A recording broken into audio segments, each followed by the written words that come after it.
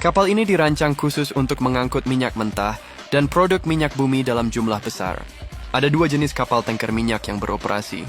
Kapal tanker minyak mentah atau crude oil tanker dan kapal tanker produk. Kapal tanker minyak mentah dirancang khusus untuk mengangkut minyak mentah dalam jumlah besar. Mengangkut minyak mentah dari sumur minyak di lepas pantai atau dari darat ke kilang untuk diproses.